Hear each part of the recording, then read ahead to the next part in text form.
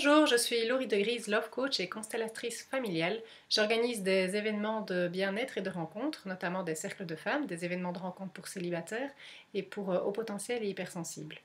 Aujourd'hui, je vais vous parler des choses auxquelles vous pouvez penser avant votre premier rendez-vous pour voir si c'est le moment pour vous d'aller en rendez-vous et pour être bien prêt pour le premier date. Première chose, je vous propose de vous connaître vous-même. Vous connaissez la maxime connais-toi toi-même. C'est super important pour savoir ce que vous voulez, ce que vous ne voulez pas, pour attirer à vous les personnes qui vous correspondent.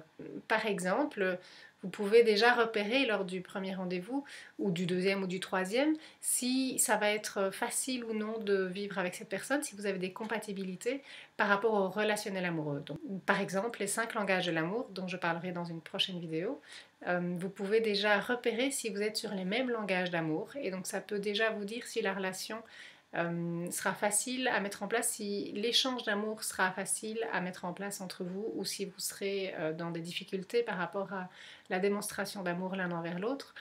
Par exemple, ça peut être aussi le style d'attachement amoureux, donc j'en parlerai aussi dans une autre vidéo. Le style d'attachement amoureux vous permet de savoir si vous êtes de nature sécure, anxieux ou évitant. Et donc si vous savez quel style d'attachement amoureux vous avez vous savez repérer par quelques éléments de quel style d'attachement la personne est, vous pouvez savoir si ça va être compatible aussi.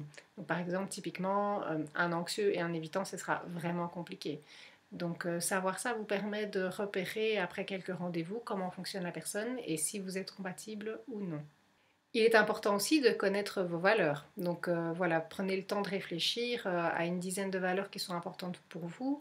Faites une hiérarchie parce qu'on peut avoir les mêmes valeurs mais pas la même hiérarchie. Et donc si par exemple l'autre personne a les mêmes valeurs que vous mais pas la même hiérarchie, quand il y aura un conflit de valeurs, vous ne serez pas en accord sur les actions à mener. Alors ça ne veut pas dire qu'une relation est tout à fait impossible, mais savoir que vos valeurs sont celles qu'elles sont et la personne a ses valeurs et c'est compatible ou non, c'est la même hiérarchie ou non, ça vous donne en tout cas déjà un aperçu des possibilités de votre relation. Deuxième chose, savoir si vous êtes disponible émotionnellement. C'est vraiment important que vous preniez le temps de sentir en vous si vous avez fait vraiment le deuil de la personne précédente, si vous avez encore des choses à régler, si vous avez des émotions fortes quand vous recroisez votre ex par exemple, ça signifie que probablement ce n'est pas encore tout à fait clôturé.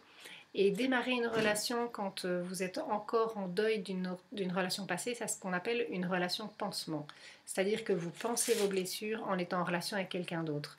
Alors déjà, c'est pas très agréable pour l'autre personne parce qu'elle n'est pas aimée pour ce qu'elle est ou dans l'ouverture d'une nouvelle aventure, mais elle est là pour soigner vos blessures, c'est pas votre psy. Donc c'est plus simple, c'est plus correct vis-à-vis d'une autre personne que vous fassiez tout à fait le deuil de vos relations. À la limite, allez voir des thérapeutes si vous avez besoin.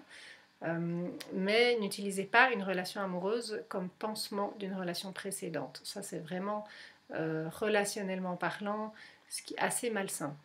Et pour vous et pour l'autre, parce que ça veut dire que vous, le jour où vous êtes guéri, bah vous, potentiellement, vous pouvez partir, sauf qu'entre-temps, vous allez peut-être acheter une maison, faire un enfant, enfin voilà, ça vous engage dans une relation pour des mauvaises raisons.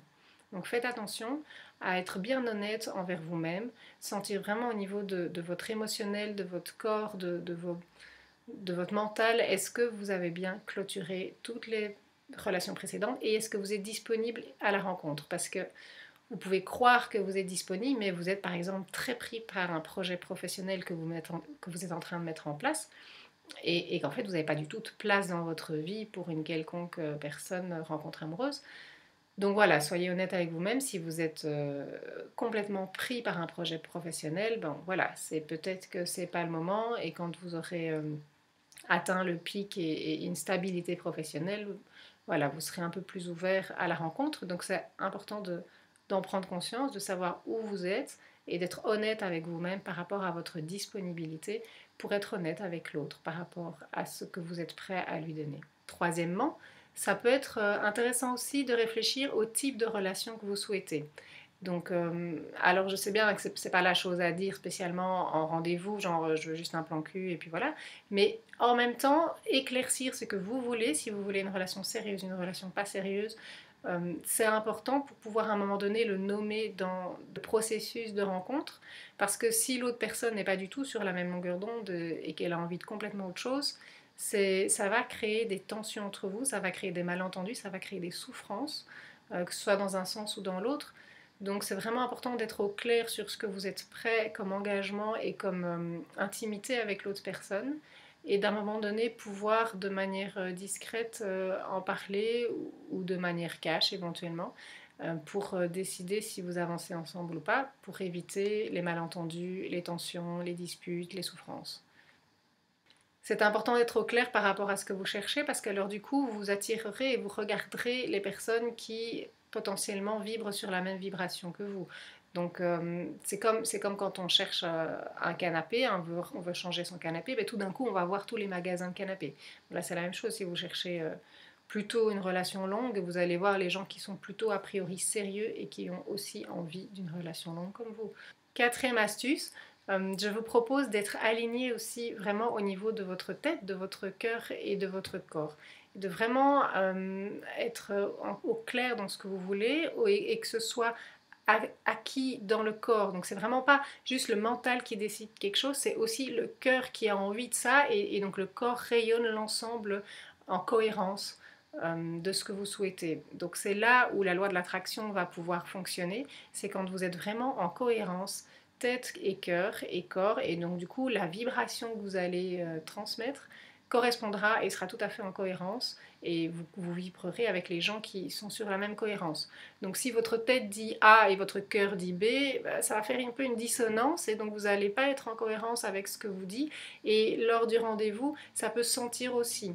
Donc ça peut sentir que vous dites A mais vous dégagez B. Donc pour les personnes en tout cas hypersensibles, ça peut se voir très facilement et ça peut être perturbant de dire bon je dois faire attention à ce qu'il me dit ou à ce qu'il dégage.